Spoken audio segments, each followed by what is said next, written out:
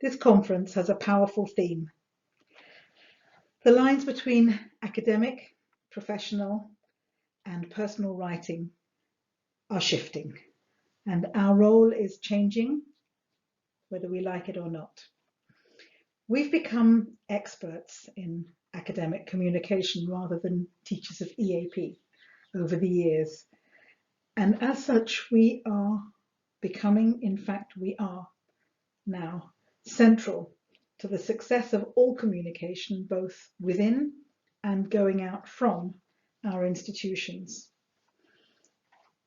If we stay in the EAP room, working as we were initially from a deficit model, focusing on our students and their needs within that institution, our work will not develop alongside the changes that are coming. In fact, it will atrophy.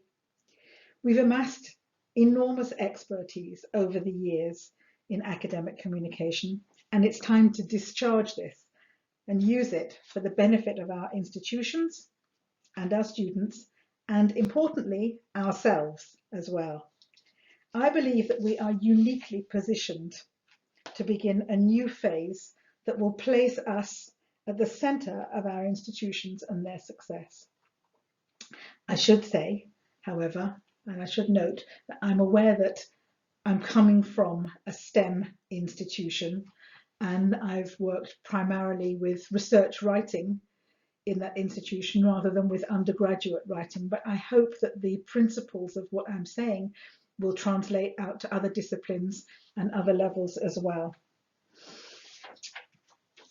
Writing is essentially a very private event in the sense that there's a writer, a screen, and a keyboard. And inside that small space, a little micro community often develops, a sort of inner circle. In fact, looking at the diagram now, I kind of wish I'd colored that inner circle black, because it really does sometimes feel like a dark and personal space for the writer and their co-writers, whether it's a novice undergraduate writer or a high-level native speaker expert researcher. It's still a quiet space where nobody else is really present.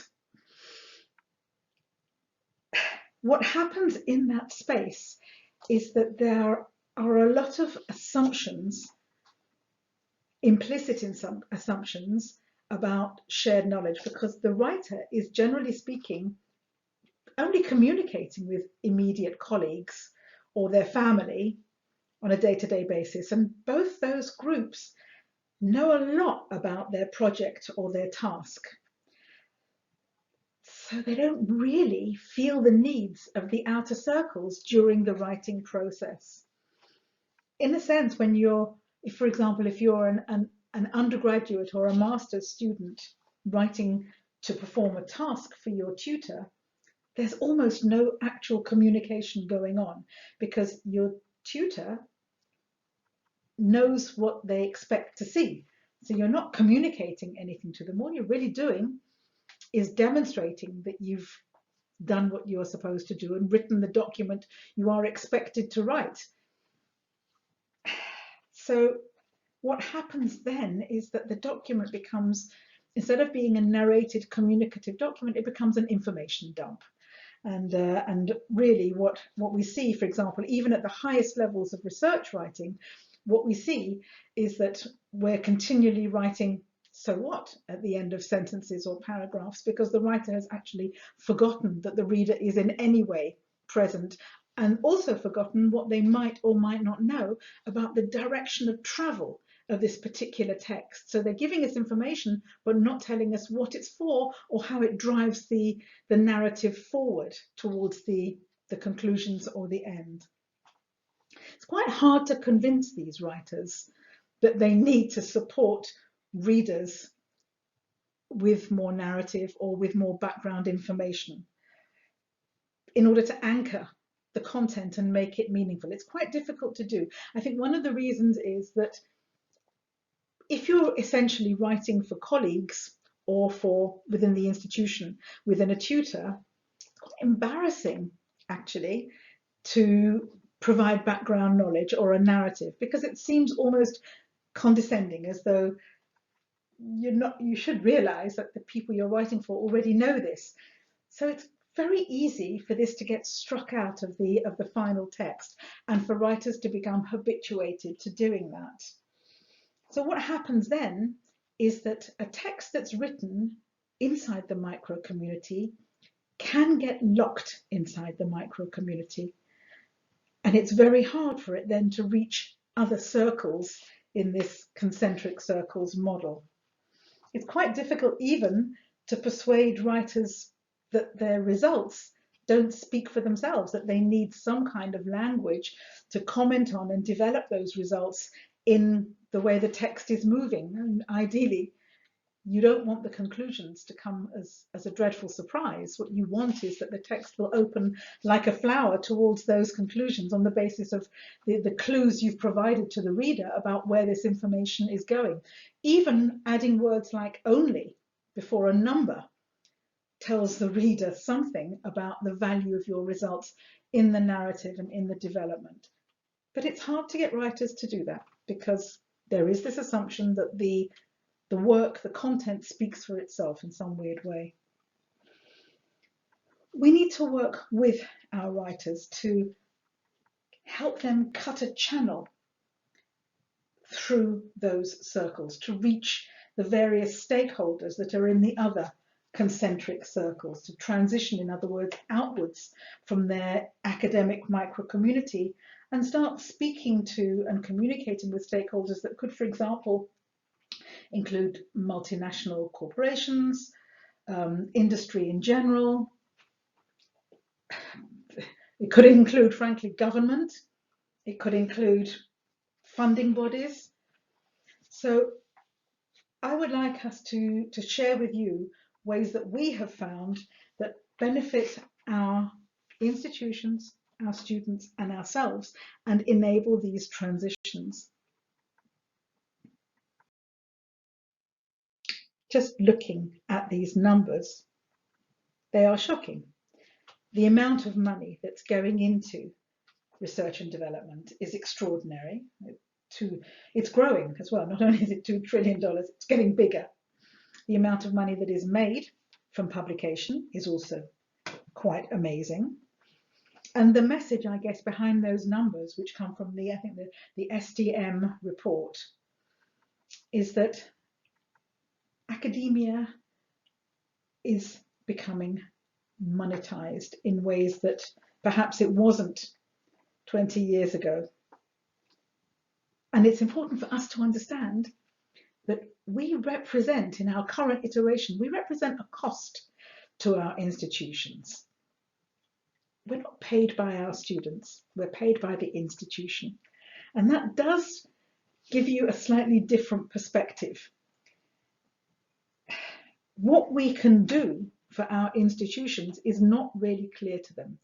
If we use evidence-based approaches to show them how we can benefit them and benefit these numbers for them, benefit their participation in funding and their success, their academic and financial success, then we will be using our expertise in these three ways: for ourselves, the students, and the institution. We already benefit them indirectly when, for example, we manage to reduce lab to journal speed by producing a first draft, or a draft that can go straight to editors, rather than a draft that keeps getting bounced back on grounds of ambiguity. We also support indirectly. We produce finance by reducing the burden that a thesis places on a supervisor in terms of reading and becoming cogent and easy to understand. So there are indirect and frankly hidden ways that we already benefit our institutions, but we can make our contribution more direct and more evident. In that STEM report, they point out that publication provides a mechanism for the registration of an author's precedents, and it's precedence that is key here. Academics are very portable. They're becoming more portable by the minute. They move from project to project, frequently from country to country, institution to institution, and now that we're doing everything remotely, their allegiance to a particular institution is becoming softer. So they're much more interested in developing their careers through communication than perhaps they were many years ago when it was job for life. We can help them to market their projects and their careers to those outer circles. But to do this, we need to be working at the outer as well as at the inner circles, at the interface with the real world on those funding applications, on those journal papers. In the Centre for Academic English at Imperial, we've done this by trading a chunk of the time that we spend with our students for time spent working with departments and the academics, and definitely not only the non-native speaker academics, but in fact, mainly the native speaker academics, by helping them write their documents for government funding, helping them write other grant applications, funding bids, as well as writing up their research for publication and trying to crash into the higher impact journals rather than the lower level ones. What is extraordinary and quite unexpected about this process is that immediately we see that it informs the work that we're doing with students, and it makes that more relevant, more credible, more instrumental, and more focused. It's magical, and what we see is that their ability also to translate their competence to other concentric rings also improves instantly, because you're not teaching forwards from the EAP room. You're in a pincer attack between the EAP room and the rest of the world. What we are seeing is that when we do that, we're out of the EAP room. We've aligned ourselves with our institution, we're working alongside them, and we're barreling down the road together. And we are often ourselves leading the way across those shifting sands of academic communication, because we are working at the cutting edge of how this stuff is happening in the real world now. So how do we actually manage that movement from the outer to the inner circle? Well, inside the EAP room, we know our tasks. We know grammar exercises. We know the types of text that our students are facing, because we're really working with students, and student assignments don't change dramatically year on year. So there's a familiarity, which is nice. We know who the readers are. It's other people in the institution in general. We don't normally, I mean, occasionally we get called on for a job application or something of that kind, but generally speaking, we're localized in what is good grammar, what is appropriate vocabulary. We're teaching forwards, building skills. I would argue that the EAP, ESAP room is not a safe space. I really don't think it is. I think that the pedagogy is familiar and correction codes work well, although I would always say that the teacher who categorizes errors according to a correction code is doing a hell of a lot more work on that text and on understanding the language than the writer ever will. But let's leave that. I think that the problem is that the content of that room very quickly becomes stale, given the speed at which things are changing. And the door kind of gets locked with all the occupants inside doing what they did last year. And we're better than that. We're better than that, and we can do better than that. We've seen, because we know that journals publish articles, research with very, very dodgy grammar. And we've seen that perfect grammar does not in any way guarantee a good text. And the opposite is also true. A good text, a well-organized, conventionally structured text will compensate for grammar errors because the reader knows what is going on. They know where they're going. It's a familiar pattern, it's a familiar framework, a familiar scaffold, familiar language. So it's easier for the reader to work with that, and they jump over any language or grammar issues. Interestingly, the high impact journals that we're looking at when we speak to editors, they definitely don't reject on the grounds of language, but they might reject on grounds of something that the language is, that the text is cumbersome, or it lacks narrative flow, or it doesn't align with norms of information structuring. A very interesting one is that language teachers and language learners tend to feel that it's not really a particularly good thing to keep repeating the same words over and over again.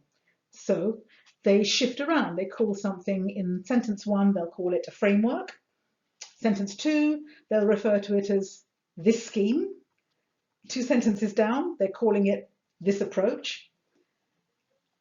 And editors are very, very uncomfortable with that. So that is instantly something that goes against where the real world and the need of the reader to read quickly and access information quickly is going against what language teaching traditionally offers a student. Writing a research article takes around an average, let's say, of 100 hours. Reading such an article for most academics will never break 30 minutes. So what that tells us is that they want the information in a format that they are familiar with. They want the language, particularly sub-technical terminology, to remain the same so they can track it. If it was a framework in sentence 1, they want to still see it being called a framework unless it is explicitly changed into something else. So it's all about the reader needing the language to echo what it was previously, rather than changing for the sake of style. A theme of this conference is these blurring lines between the different kinds of communication. Out in the world, new needs, new communication, new writing needs, and new audiences emerge throughout the writer's life. We should be training our writers rather than teaching them, training them to be able to do this in a way that is future-proof as their careers develop. The life of the text itself and the content itself may need repurposing as the world changes. Certainly, I'm seeing now a text on using artificial intelligence to discover vaccines, artificial intelligence, big data, data mining, neural networks, to develop a vaccine suddenly has to be read and understood by government, journalists, the World Health Organization, possibly even the woman in the street. So a text needs to understand its audience. It's not that the writer needs to, the text needs to understand and change for its audience. And what is happening as a result of that is that what were previously fairly fixed communication genres are becoming more fluid so that they can accommodate the development of the information as it passes through different circles. We can see, I see that in STEM research writing, there are enormous fast-moving changes. Why? Because everybody is reading from the internet. It used to be, even 20 years ago, perhaps more, that an academic would get a bunch of carefully curated journals landing on his or her desk once a month, and they'd read them.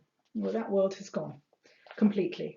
Now there's a very fast, very fluid access to information via the internet. It's global, and it doesn't respect disciplines or closed communities of readers. Once it's out there, it's out there.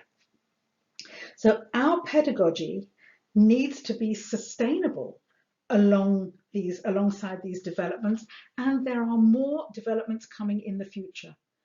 I believe it is about training our writers rather than teaching them. So, for example, we know now that academics spend a hell of a lot more time title scrolling than they will do reading the abstract. And even that group suddenly becomes much smaller. Even if they read title and abstract, they may or may not read any further. They may or may not hit the conclusions. If they do that, they may or may not read bits of the results. This is having an impact on how these things are written. Now that title scrolling takes precedence over reading in academia, titles themselves are changing. When I started doing this 100 years ago, you could have a title such as The Role of X in Y. Nobody even looked at it really. It didn't make that much difference what your title was. It was in the right journal and everybody would read it. You cannot do that any longer. Titles are not only becoming much more information heavy, much more powerful in terms of prediction and identifying potential applications even within a title. They're also, and this is important, they're becoming search engine optimized. The title plus keywords bundle is a marketing tool. And it's a very interesting marketing tool because you can go for the interdisciplinary audience on your title and ratchet it down to the technical specialists with your choice of keywords, or you can do it the other way around. But you need to be master of that particular game, of the search engine optimization game. So, for example, when I'm asked to look at a title, the first thing I do is throw that title and the keywords into Google Scholar, and whatever comes up, I have to ask the writers, are these your guys? Those first 10, are those the people you're trying to reach? Because if not, you need to play with the title and keywords a little bit more until you're hitting your target audience with that. Because people don't keep on title scrolling. They do it 2 or 3 times, then they found what they need and they will go away. They don't expect to find it 20 pages into Google Scholar. We can see another big change is abstracts. Abstracts used to be an elegant little preview, slightly, what's the word? Not giving the game away, let's say, before the text. Now it has to be a standalone document. It has to stand independently, even if the reader never reads anything else. They will want to know what you did, what you found, why it's useful, what's good about it from the abstract in most cases. So breaking down sentence functions there, you can start seeing it's a different game, and our writers need to know the game as much as they need to know the language. We see another example. Method sections are becoming enormous. You will see in a journal like Nature, the top journals, the actual article is about 5 pages. In it, there's a link where they've flicked out the supplementary materials, and the supplementary materials is the method, and it's 150 pages that, frankly, nobody is going to really read. So what is happening then is because the methods have exited, so in order to understand the results, you have to start the results section by summarizing or including some half sentences about what was done to achieve those results, the method, in other words.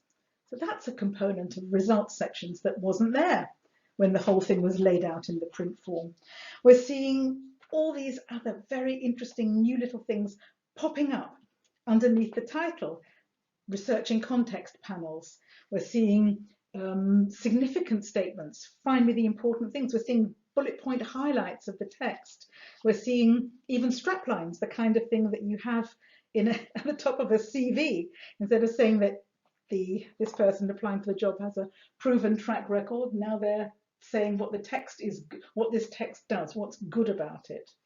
And those changes, particularly those constant changes coming up, is a sure sign of a genre influx. There's a loosening of IMRAD, and interestingly, concomitantly, you're seeing a stiffening, in a sense, of the language. It's becoming much more fixed so that it can operate as a code globally, irrespective of whether the reader has even reasonable English skills now. It can be operated in terms of writing and in terms of reading, encoding and decoding.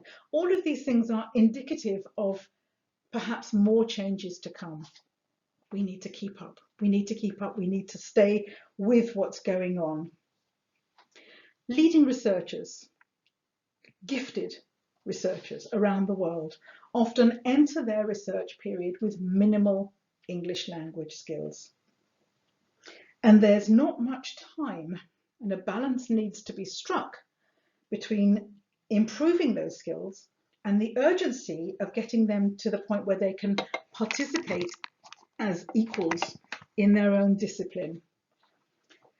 Students entering higher education, frankly, they've pretty much done their language learning at this point. There's a small window where we can provide very targeted language learning, but the tasks are rolling towards them very quickly. So all of this tells us that we need to be more strategic, and I'm going to pair that with this, how we see ourselves and what we do for our institution.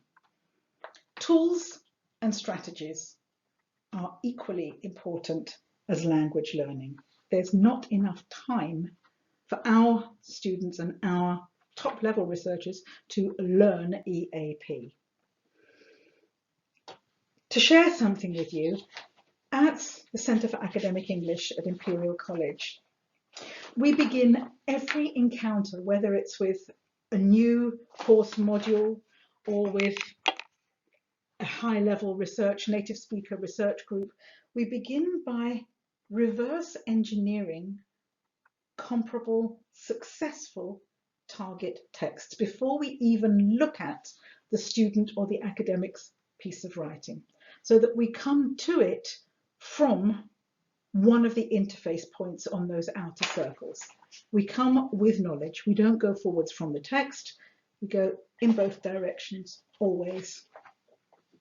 Reverse engineering is very similar in text development to paint by numbers, in that if you can show people the map and give them some idea of what should go into each point, they won't paint the Mona Lisa, but the thing that they do produce will be recognizable as the right kind of text doing the right kind of thing. So instead of being prescriptive and telling them what they should and shouldn't do, you're describing what good writers in that field are doing, and you're translating that description into training principles for them to be able to do the same. For example, if you are wanting to submit a piece of research to a journal that really only targets the inner circle of the micro community, there won't be much background information. But if that journal, if you want to resubmit, if it doesn't get accepted, or you decide that you want a more interdisciplinary audience, you cannot resubmit the same text. You've then got to go to the other journal and pull out, find out the level of background knowledge assumptions that you can make, and you need to speak to those to frame a narrative around what your old content for the new audience. So it really is much more about enabling writers to differentiate between the content, if you like, the data, and the scaffolding narrative that delivers that data, that delivers that information in a meaningful way to the reader, so that information has no function until or unless the writer informs the reader what its function is. It's just stuff. So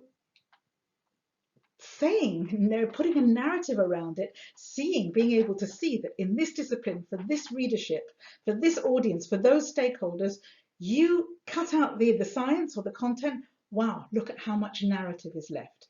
Even just looking at the balance, the proportion of narrative to content is hugely informative. So by approaching writing from the other end, not just building text, but also learning how to imitate well-written text, we can see that this is just as useful, and we see this all the time, to top-level native speaker academics, and they get it like that, they get it so fast, as it is to the incoming 6.5, sometimes 6 IELTS non-native speaker, undergraduate. It's the same thing for all writers. We are seeing, and this tells us a lot about the content of our teaching, the content of our classes. So I was wasting an enormous amount of time teaching prepositions. And then I went and looked, and I saw that in my students' target texts, the preposition with hardly ever appears. It's a preposition that I personally hate because it can mean anything. But I mean, you know, when what's the classic joke? Look at that dog with one eye. You know, is it the dog or is it me? And what we're seeing is that because it could be using one eye or having one eye, those are the words that are actually replacing with in the real world. Because science is global, because academia is global, because there are lots of non-native writers and readers out there who need to operate in this context. We're seeing also that modal verbs are starting to walk out of texts and they're being replaced by language. And so might is being replaced by is possible. Must is being replaced by is essential. So we don't need to spend all that amount of time. I know that verb tenses, pretty much everybody I work with is never going to need anything beyond 3 basic tenses: present simple, past simple, present perfect, job done. Once you learn to dance with those 3, they'll do anything you want to do in the world of social science research, business, and STEM research. The only way that we learn this is by digging deep inside texts to find it. We don't learn it from our knowledge of the language as such.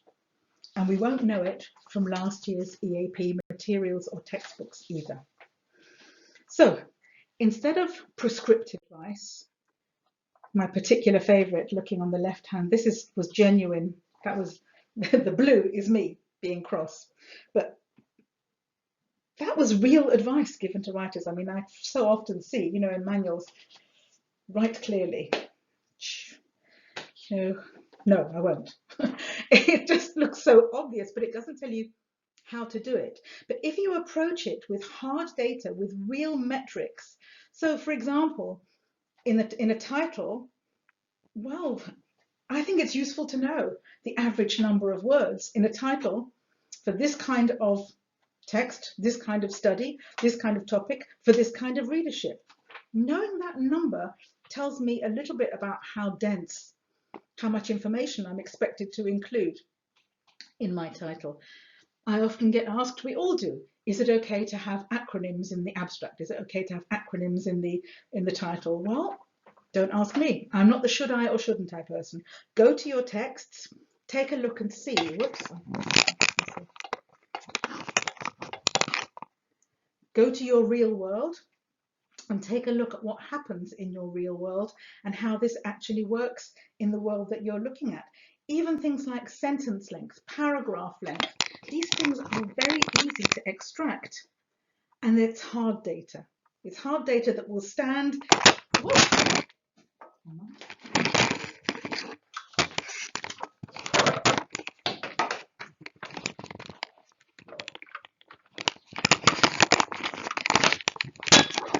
I'm not starting again. It may go again. But this, I would say, is hard data that will stand and is respectable. It's something we can stand by and it works. Even things like, well, there's a lot of research now showing the prevalence of what I would call happy words, words that identify the value of an individual text, of an individual piece of research. And we're seeing those in titles. We're seeing them now in abstracts. It's very interesting that that number is increasing. Why? Because it's a marketplace. And if you don't tell people what's good about your work, how on earth would they know? They're not going to read the whole thing anyway. They will not give it 100 hours that you gave it. So, reverse engineering trains rather than teaches writers to become independent now and in their future, however the lines blur, whatever kind of writing they want to do. more importantly, I think it teaches the writer something that they often forget, coming back to our little black space in the inner micro community, that the only important person in that interaction is the reader. We have to teach them. A lot of them are writing with a mirror in front of them. You have to teach them to take the mirror away and look at precisely who is on the other side and what do they want. And we have that expertise. We have that competence. So I would say writing is easy. I don't think it's difficult. And I think that as experts, the EAP and ESAP practitioner is unique in this process and is central to the success of academic and professional writing. And I also believe that training writers to repurpose their writing is part of our job, and that it speaks to our fast-growing expertise. We can and we should operate in both directions, from teaching EAP, which I think personally, I think is starting to, let's say, to change as a discipline, to becoming experts in academic communication. And we should be using evidence-based techniques such as reverse engineering. I'm sure there are others, to inform our practice, and importantly, to ensure that it's up to date and fit for purpose, for the sake of our own professional development, as well as for the benefit of our institutions and our students. We are no longer operating according to a deficit model. The developments in academic and professional communication mean that we are emerging into center stage here, and we're ready. Many thanks to the IFAW for going ahead with this conference despite the difficulties of doing it remotely. As you saw, my camera fell off the stepladder. It's a very timely and important moment for us all. I think it will be a very rich and exciting conference, and I'm really looking forward to the rest of the day. Thank you.